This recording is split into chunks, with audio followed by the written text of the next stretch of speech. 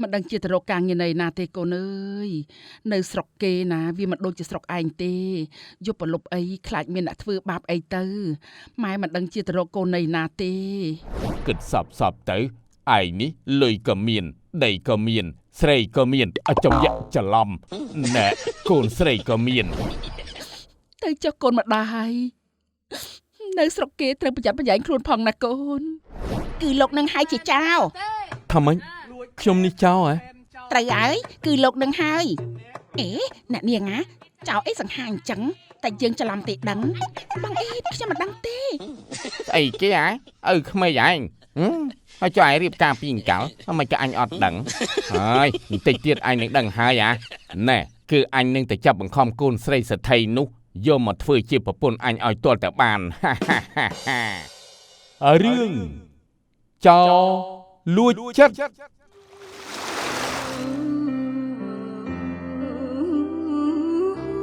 មានរឿងមួយដំណាលថាមានស្រីកំសត់ម្នាក់ឈ្មោះនាងពៅរស់នៅអត់ប្តី3ឆ្នាំមកហើយក្រោយពីប្តីគាត់បានស្លាប់បាត់ទៅបានបន្សល់ទុកនាងពៅឲ្យនៅជាមួយនឹងកូនប្រុសម្នាក់ឈ្មោះរៀម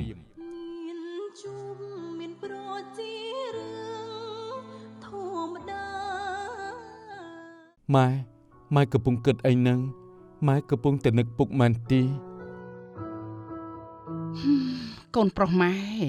កូនដឹងស្រាប់ហើយតាំងពីពុកកូនបានចាក់ចោលពួកយើងមកគ្រួសារយើងរកល្ងាចខ្វះព្រឹករកព្រឹកខ្វះល្ងាចម៉ែមិនដឹងជាគិតយ៉ាងណាទេកូនអើយកុំបារម្ភអីម៉ែ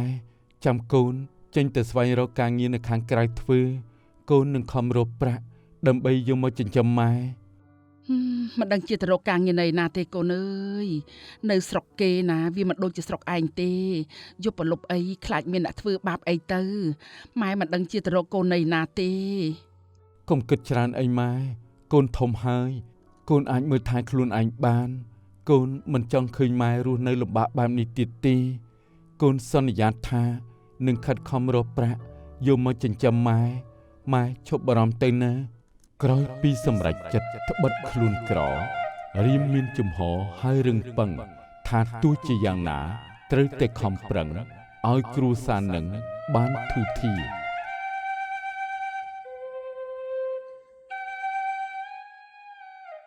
ផុតពីកំសត់របស់នាងពៅឥឡូវមកស្គាល់ជីវិតរបស់លោកសេដ្ឋីសុកវិញម្ដងសេដ្ឋីសុកជាអ្នកមានទ្រព្យស្ដុកស្ដំប្រចាំភូមិមានយុះមានស័ក្តិខ្ពស់ដូចភ្នំមានកូនក្រមុំនិងអ្នកបម្រើស្រីមានទាំងគេឈ្មោះខ្ពស់ជាងអ្វីតែទោះជាខ្ពស់ថ្វីក៏នៅពុះម៉ាយអើយតាំងពីម៉ែវាស្លាប់ចោលឯងបាត់ទៅឥឡូវនេះវាដូចជាជូរមាត់ដល់ហើយវើយគិតសពទៅឯងនេះលុយក៏មានដីក៏មានស្រីក៏មានអចំយៈច្រឡំណែកូនស្រីក៏មានហើយតែវាតោះតែម្យ៉ាងគ្មានអ្នកប៉ែតៃនឹងត្មងហើយគិតទៅដូចជាអាភ័ព្វមែនជីវិតនេះពុកនិយាយអីហ្នឹងអូកូនស្រីហើយឯងរកពុកមានការអីកូនឃើញពុកឈរនិយាយតែម្នាក់ឯងកូនឆ្ងល់នឹងណាអញ្ចឹងហើយកូនក៏មកសួរពុកទៅពុកគ្មានបាននិយាយអីទេឯងស្ដាប់ច្រឡំទីដឹងអីពុកកុហកកូនលើពុកនិយាយច្បាស់ណាស់ឯងឮថាម៉េចកូនស្រីកូនឮថាពុកចង់មានណែហូយចិត្តថាអើយឯងស្ដាប់ច្រឡំទីដឹងអីកូនស្ដាប់អត់ច្រឡំទេពុកកូនស្ដាប់ឮច្បាស់នឹងតិចកូនណាស់ពុកត្រូវហើយខ្ញុំក៏ស្ដាប់ឮអញ្ចឹងដែរទៅបានហើយហើយបើកូនស្ដាប់ឮអញ្ចឹងទៅហើយនោះអញ្ចឹងក៏អញ្ចឹងទៅហើយចុះឯងទាំងពីរអ្នកមកទីនេះមានការអីចាស់ពុកកូនមកទីនេះចង់មកសុំពុកទៅលេងចំការស្វាយម្ដងនៅផ្ទះកូនអប់សុខខ្លាំងណាស់ទៅចុះទៅដើរលេងប្រយ័ត្នប្រយែងផងណាចាស់ពុកកូនដឹងហើយម៉ែកូនរលាទៅសិនហើយម៉ែកុំភ្លេចមើលថែខ្លួនផងណាទៅចុះកូនម្ដាយនៅស្រុកគេត្រូវប្រយ័ត្នប្រយែងខ្លួនផងណាកូនបានម៉ែកូនទៅសិនហើយ ចាកូនខំប្រឹងធ្វើការណា បានម៉ែក្រោយពីផ្ដាំផ្ញើលាម្ដាយរួចហើយរៀមមិនកន្តើយឡើយប្រញាប់រូតរះចាក់ចេញពីស្រុកឃ្លាតឆ្ងាយពីផ្ទះឃ្លាតម្ដាយជាព្រះដែលធ្លាប់មើលថែក្រោយពីបានធ្វើដំណើរអស់មួយស្របក់យ៉ាងយូររៀមក៏បានមកដល់ភូមិមួយនៅតាមផ្លូវ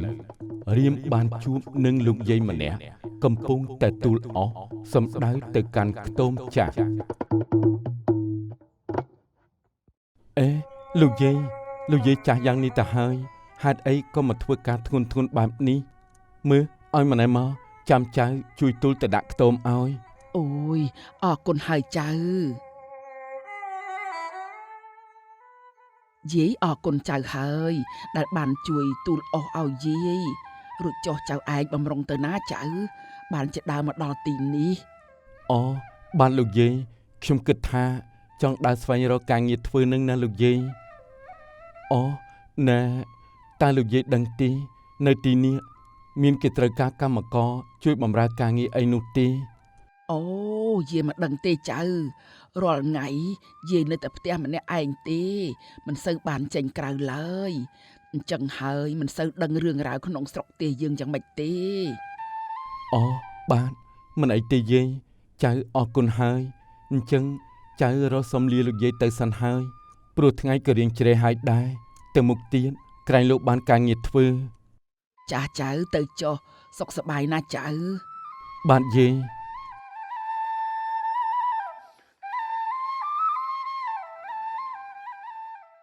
ជីវិតអើយជីវិតត្បិតខ្លួនក្រខំប្រឹងត្រដរដើររដាច់វាលចូលព្រៃគ្មានជំរព្រោះតែខំរកការងារធ្វើ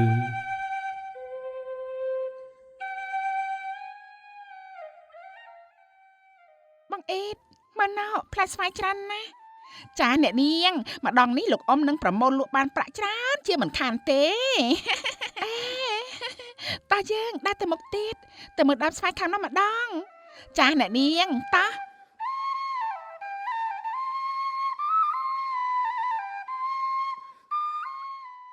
បន្ទាប់ពីដើរកាត់វាលបានមួយស្របក់ក្រោយមកអស់កម្លាំងរៀមក៏សម្រេចចិត្តសម្រាកនៅក្រោមដើមឈើក្បែរខ្ទមចាស់មួយដែលស្ថិតនៅក្រោមដើមស្វាយរបស់លោកសេដ្ឋីយីទីនេះត្រជាក់ស្រួលណាស់អេគិតរកសម្រាកនៅក្រោមដើមឈើនេះមកសបកសិនហើយចាំបន្តដំណើរទៅមុខទៀត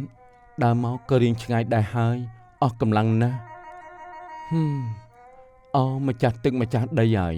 ខ្ញុំសុំសម្រាកនៅទីនេះមួយសបកសិនហើយបងអេតមើលណែដើមស្វាយនេះធំណាស់មិនហើយអ្នកនាងបងអេតអ្នកណាគេមកដាច់ក្រោមដើមឈើនៅចំការរបស់យើងនោះ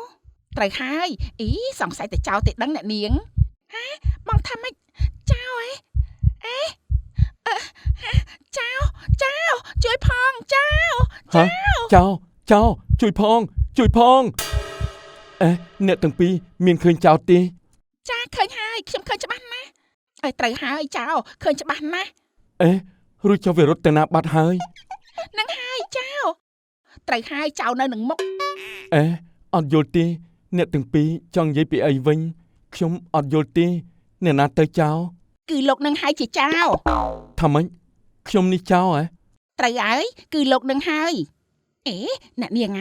ចោលអីសង្ហាអញ្ចឹងតែយើងច្រឡំទេដឹងបងអេខ្ញុំមិនដឹងទេត្រូវហើយលោកនឹងហើយជាចោលចូលមកចំការគេហើយសួរថាអ្នកណាគេជាចោលទៀតអ្នកទាំងពីរយល់ច្រឡំហើយខ្ញុំមិនបានលួចអីនោះទេបើមិនជឿអាចឆែកឆេរបានពួកយើងជាស្រីមិនហ៊ានឆែកឆេរទេរឿងនេះណាទុកឲ្យលោកអ៊ំជាអ្នកដោះស្រាយទៅតោះអ្នកនាងនាំគេទៅប្រាប់លោកអ៊ំឲ្យកាត់ក្តីទៅយ៉ាងមិនចេះនេះណែក្រោយពីខឹងចិត្តត្បិតថារៀមជាចោលអ៊ីតខំកំរោលនាំរៀមទៅស្កាត់ណាត់ជួបលោកអ៊ំឲ្យគាត់ជួយកាត់ទើបចិត្តបានស្ងាត់និងអស់សេចក្តី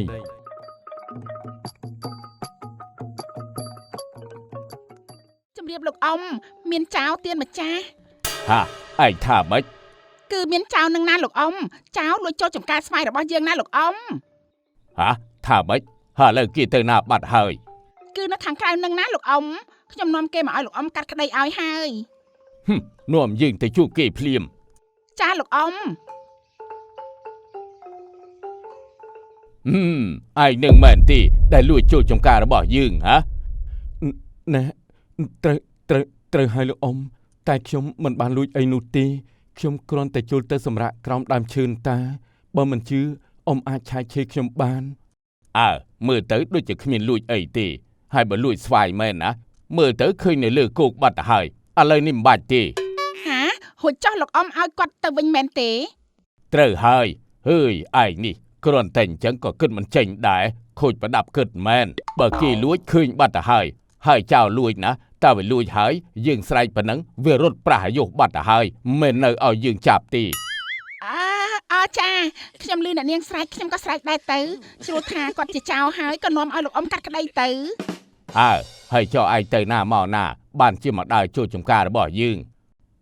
បានគឺថាមុននេះខ្ញុំបានដើរពីទិសខាងកើតថាមករកការងារធ្វើតែចៃដន្យអីខ្ញុំរៀងអស់កម្លាំងគិតថាចង់រកកន្លែងឈប់សម្រាកបន្តិចអញ្ចឹងហើយស្រាប់តែឃើញដើមឈើធំមួយដោយមិនដឹងថាដើមឈើនោះស្ថិតនៅក្រោមចំការរបស់លោកអ៊ំទេហើយក៏សម្រេចចិត្តគេងសម្រាកនៅទីនោះទេ អញ្ចឹងទេអីបើអញ្ចឹងអត់អីទេរួចចុះឯងប្រុងទៅរកការងារធ្វើនៅណា បាទខ្ញុំមិនដឹងថាទៅរកការងារនៅណាទីខ្ញុំចេះតែដើរផ្សងព្រេងទៅគិតថាដើរទៅមុខក្រែងលុយរកការងារបានធ្វើ រួចចុះឯងរស់នៅតែម្នាក់ឯងទេមែនទេ បាទខ្ញុំរស់នៅពីអ្នកម៉ែដោយសារតែជីវភាពខ្វះខាតទើបខ្ញុំសម្រេចចិត្តសុំម៉ែមករកការងារធ្វើដើម្បីបានប្រាក់ខ្លះយកទៅផ្គត់ផ្គង់ជីវភាពបន្ត ល្អណាស់មើលទៅឯងមុខមាត់មិនសមជាចៅទេតែនេះដោយសារតែគេទាំងពីរនាក់នេះយល់ច្រឡំអញ្ចឹងហើយក៏សង្ស័យក្នុងចិត្តទៅអញ្ចឹងឲ្យអ៊ំសុំទោសជំនួសគេទាំងពីរនាក់ផងណា បាទមិនអីទេខ្ញុំទៅវិញតាដែលគួរតែអរគុណដល់លោកអ៊ំព្រោះខ្ញុំចូលចំការលោកអ៊ំដោយមិនបានសុំ មិនអីទេឥឡូវចេះចុះមើលទៅឯងដូចជាមនុស្សស្លូតត្រង់អាចយកជាទីពឹងបានបើឯងព្រមធ្វើការនៅទីនេះយើងនឹងឲ្យឯងយាមនៅចំការស្វាយយើងតើឯងយល់យ៉ាងម៉េចដែរ បាទលោកអ៊ំខ្ញុំយល់ព្រមខ្ញុំពិតជាអរគុណលោកអ៊ំណាស់ដែលអនុញ្ញាតឲ្យខ្ញុំបានធ្វើការនៅទីនេះ មិនអីទេហើយនិយាយអញ្ចឹងឯងឈ្មោះអី បាទខ្ញុំឈ្មោះរៀម រៀមអញ្ចឹងចាប់ពីថ្ងៃនេះទៅត្រូវនៅមើលថែចំការឲ្យអ៊ំណា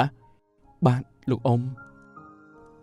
ឯងដើរមកផ្លូវឆ្ងាយមើលទៅអស់កម្លាំងហើយឆាប់រៀបចំខ្លួនទៅអាងបានបាយទឹកអីហើយប្រញាប់ទៅខ្ទមចំការចាំស្វាយ បាទលោកអ៊ំ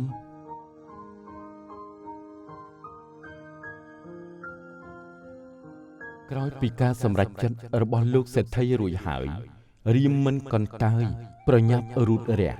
រៀបចំបាយទឹកចំអែតក្រពះរួចអាងរូតរះទៅកាន់ខ្ទមចាស់និយាយពីម្ដាយរៀមឯនេះវិញរស់នៅម្នាក់ឯងគ្មានទីពឹងត្រឹមបាយ3ពេលរស់ខំប្រឹងខំដើរត្រាច់ត្រឹងប្រឹងលក់ត្រី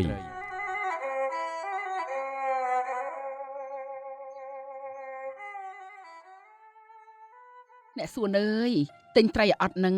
ណែត្រីស្រស់ល្អណាស់ខ្ញុំទើបតែបាច់មកពីតាពាំងថ្មីជួយទិញខ្លះទៅណាគ្រាន់បានធ្វើម្ហូបដែរអញ្ចឹងឲ្យខ្ញុំ2ថងមកណាខ្ញុំយកទុកប្រឡាក់ខ្លះចាអ្នកម៉ែពេលនេះម៉ែកំពុងធ្វើអីម៉ែដឹងទេពេលនេះកូនរកការងារធ្វើបានហើយពេលបើកប្រាក់ខែពីលោកសេដ្ឋីកូននឹងយកឲ្យម៉ែទិញកហូនឹងទិញរបស់ប្រើល្អដូចជាអ្នកដទៃកូនមិនឲ្យម៉ែពិបាកទៀតទេ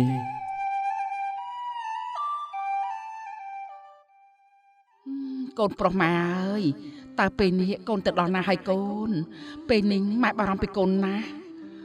ហើយ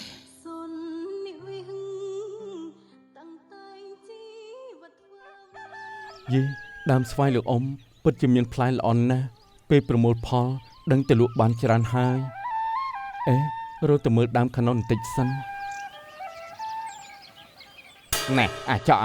ឯងសាញ់និយាយទៅមើលដីចំការស្វាយធំនេះជារបស់នរណាគេហ៎ចុះអញថៃមិនដឹងចំការស្វាយនេះជាចំការស្វាយរបស់ឪក្មេកអញនឹងហើយស្អីគេហ៎ឪក្មេកឯងហើយចុះឯងរៀបការពីអង្កលមិនក៏អញអត់ដឹងហើយបន្តិចទៀតអញនឹងដឹងហើយណែគឺអញនឹងទៅចាប់បង្ខំកូនស្រីសទ្ធិនោះយកមកធ្វើជាប្រពន្ធអញឲ្យទាល់តែបានណែកូនស្រីលោកសទ្ធិនោះណាស្អាតណាស់វើយស្អាតអស់ទាស់ត្មងអញជ្រេញឯងណាហាឡើងសិតតែចង់ចាប់កូនស្រីលោកសេដ្ឋីមកធ្វើជាប្រពន្ធអីឯណាដេកសម័យតែអូនមុខឯងនេះណាបានតែជាមួយមេកូនទៅវាសមឈប់បង្អាប់យើងទៅណែថ្ងៃនេះយើងគិតទៅលួចនៅណាទៅលួចឯណាគឺមានតែលួចនៅផ្ទះលោកសេដ្ឋីនឹងហើយមានតែទៅស៊ើបមើលសភាពនៅទីនោះសិនស្រួលមិនស្រួលចាំយើងចាត់ការតោះ អញទាំងពីរអ្នកនេះពិតជាមានគំនិតអាក្រក់មែនមិនកើតទេយើងនឹងតាមផ្លុំមើលពួកអញទាំងពីរអ្នកសិន